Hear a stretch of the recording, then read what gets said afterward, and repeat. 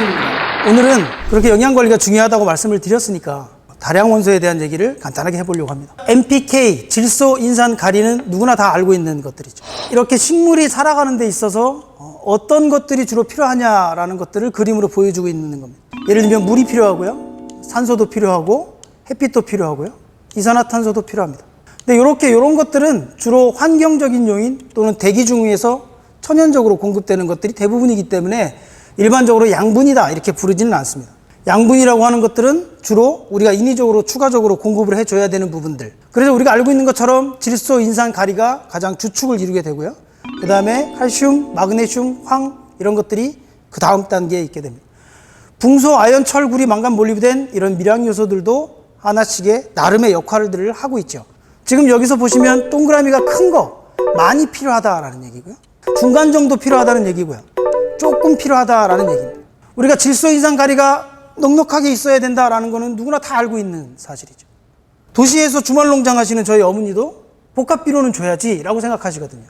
질소, 인산, 가리는 누구나 다 줘야 된다라고 생각하는 거예요. 우리나라는 다량원소, 미량원소 이렇게 구별합니다. 이렇게 묶어서 다량원소, 이렇게 미량원소.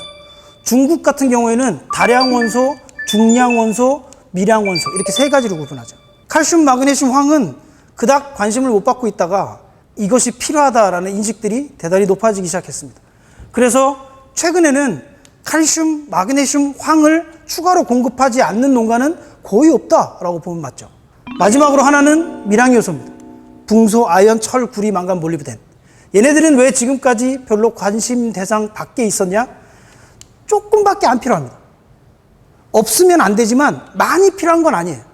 조금 필요하니까 땅속에 원래 있던 그 양들을 작물들이 일정 부분 활용해 오고 있었죠. 한 자리에서 농사를 오래 짓는 게 일반적인 우리나라의 농법입니다. 그러다 보니까 이제는 땅속에 재배지에 이 미량 요소들이 거의 고갈됐다라고 해석하는 것이 맞는 해석일 겁니다. 그래서 최근엔 미량 요소에 대한 관심들도 대단히 높아지고 있죠. 뒤에 미량 요소는 다시 제가 설명을 드릴 겁니다. 오늘은 질소, 인산, 가리에 대해서 조금 포인트를 두고 말씀을 드릴 거니까요. 질소가 다 같은 질소냐? 여기서부터 출발해야 됩니다. 우리가 쓰고 있는 대부분의 질소는 요소라는 이름을 가진 질소입니다. 이건 요소태 질소라고 부르고요.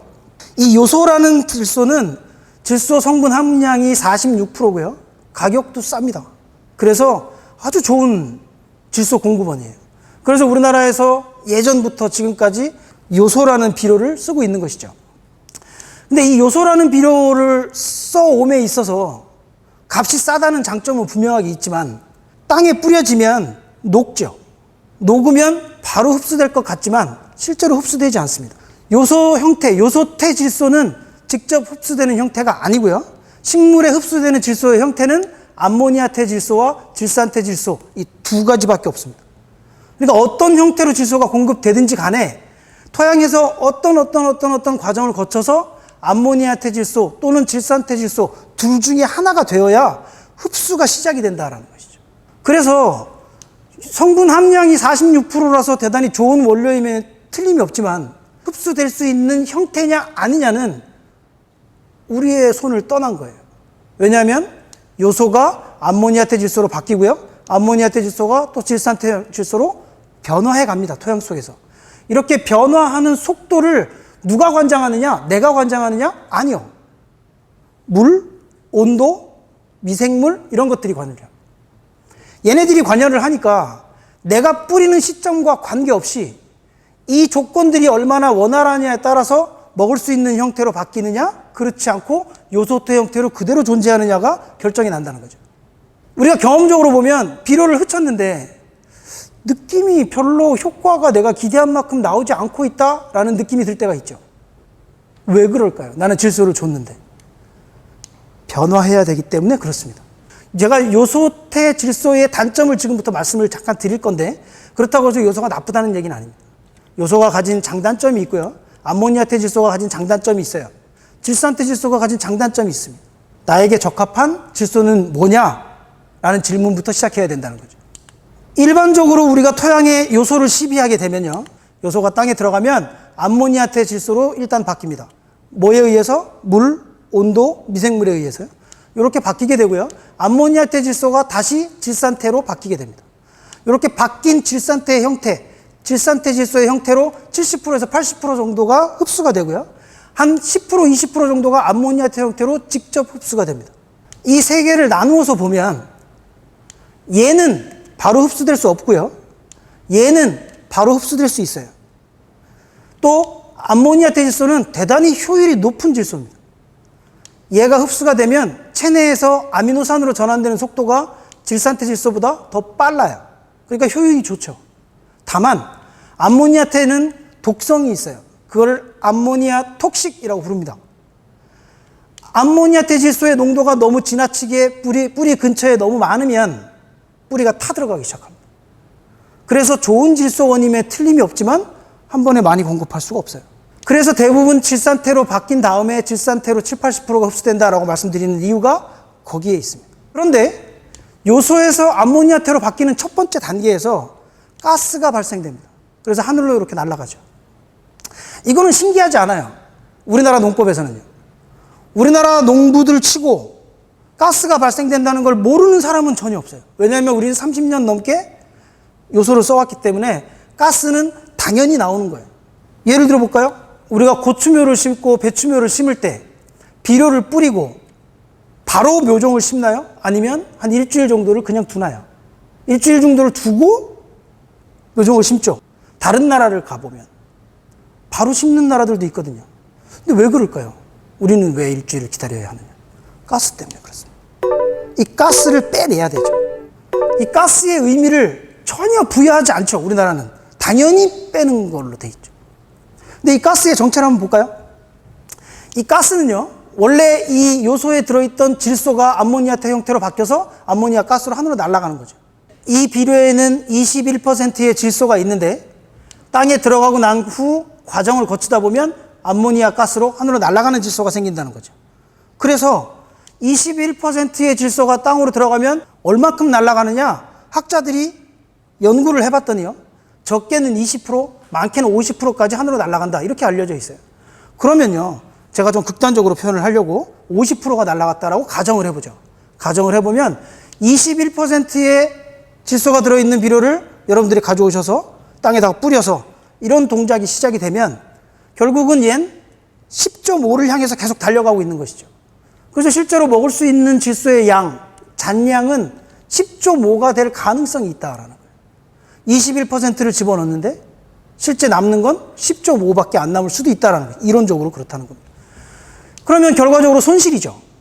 나는 21%의 질소가 들어있는 비료를 돈 주고 샀는데, 일부 한 50%의 질소는 하늘로 날아가고 있다. 첫 번째, 경제적으로 손실입니다. 뭐 그 금액이 크지 않으니까 우리가 피부로 와닿지 않는 것 뿐이에요. 경제적으로 손실입니다. 첫 번째. 두 번째, 그거보다 더 중요한 거는 이 가스는 아까 말씀드린 것처럼 암모니아 톡식이라고 해서 독성을 가지고 있어요. 그래서 이것이 이렇게 작물을 때리게 되면 잎이 망가집니다. 그걸 우리는 가스 피해라고 부르죠. 예를 들면요, 이렇게 잎을 때려서 잎이 망가지면 우리는 가스 피해가 났다라고 판단을 합니다. 만약에 잎이 망가지지 않으면요, 잎이 망가지지 않으면 가스 피해가 안 났다라고 생각을 하죠. 근데 조금 생각을 확장시켜 보자고요. 이 가스가 잎을 때리려면 토양을 통과하고 올라왔을 거예요. 토양 내에서 변화하니까. 토양 내를 이렇게 뚫고 올라와서 잎을 때렸을 겁니다. 잎의 표면에 비해서 뿌리의 표면은 훨씬 더 약합니다. 외부로 노출되어 있지 않기 때문에. 그러면 잎이 망가졌다는 얘기는요, 뿌리가 손상을 받았다? 받지 않았다? 받았습니다. 그죠? 그래서 잎에 가스 피해가 난 이 작물을 뽑아보면 뿌리가 새까맣게 탔다라는 걸 우리가 확인할 수 있죠. 그러면 조금 시점을 이전으로 돌려보세요. 돌려보시면 뿌리는 좀 손상이 됐는데 아직 잎이 망가질 정도는 아니에요. 그럴 때 우리는 가스 피해가 났다라고 얘기할까요? 아니면 나지 않았다고 얘기할까요? 아무도 심어져 있는 작물을, 멀쩡해 보이는 작물을 뽑아서 확인하지 않습니다. 뽑으면 그 작물은 없어지니까요. 그죠? 피해가 있어야 확인하기 시작해요. 실제로는 잎이 망가지기 이전에 뿌리는 먼저 망가지고 있습니다. 그래서 이 가스는요, 경제적으로 손실일 뿐만 아니라 내 작물을 손상시키는 아주 나쁜 존재입니다. 사실은요. 그래서 가능한 가스를 회피할 수 있다 그러면 회피해 나가야 돼요. 가스가 발생되는 과정은 요소가 암모니아태로 변환되는 그 단계에서 가스가 발생되기 때문에 이 과정을 끊어주면 됩니다. 이 과정을 끊어주고 암모니아태 형태 그대로 땅속에 들어간다거나 아니면 질산태 형태 그대로 땅속에 공급된다면 이 가스는 없어지게 되죠. 물론 암모니아태에서 질산태로 넘어갈 때 약간의 가스가 발생하긴 해요. 근데 아주 미량만 발생됩니다. 그렇다고 해서 제가 요소가 무조건 나쁘다 이렇게 말씀드리는 건 전혀 아니에요. 요소는 요소 나름대로 갖는 특성들이 또 있습니다. 예를 들면 땅속에 조금 더 오래 존재할 수 있다거나 이런 가스에 대한 부분을 회피할 수 있다 그러면 시간을 벌어준다거나 여러 가지 방법으로 회피할 수 있다 그러면 이 재료도 대단히 좋은 재료입니다. 그래서 목적에 맞는 접근이 필요하다라고 말씀드리는 것이죠. 내가 고추를 심고 배추를 심는데 비료를 흩치고 바로 정식을 할 필요가 있다라고 판단이 될 땐 이런 원료들도 생각해 볼 필요가 있다라는 말씀을 드리는 겁니다. 그 다음은요, 이 요소를 기반으로 하는 질소 공급의 단점 몇 가지가 더 있습니다. 예를 들면 산도의 영향을 많이 받는다는 것이죠. 토양 산도가 정상 범위 안에 있을 때 이 요소가 암모니아태 질소로 또는 이 암모니아태 질소가 질산태로 이렇게 변해가는 과정이 정상적으로 이루어지는데 토양 산도가 정상 범위 바깥에 있을 때는 이런 과정들이 정상적으로 이루어지지 못한다라는 것이죠. 그래서 내 토양의 산도가 얼마냐라는 것도 대단히 중요한 포인트가 됩니다. 질산태 질소의 경우에는요, 이런 산도의 영향을 조금 덜 받습니다. 상대적으로. 또 하나는 이 부분은 되게 중요합니다. 이 부분은 토양 지온에 따라서 질산화율, 먹을 수 있는 질소로 바뀌어가는 속도가 달라진다라는 것이죠. 그래프의 그림을 보시면 온도가 높으면 높을수록 더 빠르게 먹을 수 있는 형태로 바뀌어간다라는 얘기입니다. 온도가 낮으면 낮을수록 잘 안 바뀐다라는 얘기죠. 그럼 이제 생각을 해봐야 돼요. 예를 들면 여름이나 고온기에 요소를 땅에다 흩치게 되면 생각보다 되게 빠르게 질산화가 진행이 되겠죠. 물론 가스도 훨씬 더 많이 나옵니다. 당연하게. 가스도 많이 나오지만 실제 먹을 수 있는 형태로 바뀌는 속도도 빨라요. 그러니까 효과성이 빨라요. 실제로요. 저온기에 이 요소를 땅에 살포하게 되면 한 4주, 이렇게 한 달 정도가 지나가도 한 20% 정도가 채 안 되는 질산화율을 보인다라는 것이죠. 그래서 수박하시는 분들이 가끔 그런 얘기 하시죠. 봄 수박, 저온기 수박 하시는 분들이 비료를 밀었는데 순이 잘 나가지 않아. 그 다음에 과수하시는 분들이 따뜻해지기 시작하면서 나는 비료를 빨리 흩쳐서 애들 빨리빨리 크라고 비료를 빨리 흩쳤는데 애들이 별로 반응이 없다라는 얘기를 하실 때가 있어요. 그 이유는 이렇게 지온과 관계가 있습니다. 실제로 기온과 지온은 다르기 때문에 실제 우리가 봄의 10일이 시작하는 그 시기는 보통 지온이 8도 내지 11도 선에서 왔다 갔다 해요. 그러면 여기서 왔다 갔다 한다는 얘기죠. 결과적으로요. 우리는 비료를 흩치고 한 달 이내에 뭔가 눈에 보여야 돼요. 1, 2주 이내에 작물이 바뀌어야 됩니다. 뭔가 달라져야 돼요. 그러지 않으면 이 비료는 효과가 없어요. 근데 3주, 4주가 지나도 한 20% 정도밖에 먹을 수 있는 게 없다. 효과성이 상당히 좀 떨어지는 것이. 그래서 가스를 회피할 수 있는 방법만 있다면 요소를 고온기에 쓰는 것이 현실적으로 더 효과적이다. 또는 저온기에 비료를 쓸 때는 요소를 조금 회피하는 것이 효율 면에서 더 좋다라고 얘기할 수 있는 것이죠. 지금 드리는 말씀들은 대단히 중요한 부분들입니다. 우리가 다 알고 있는 내용 같지만 대단히 중요한 내용입니다. 얘기가 자꾸 길어지니까요. 다음 편에도 조금 더 얘기를 나눠보도록 하겠습니다.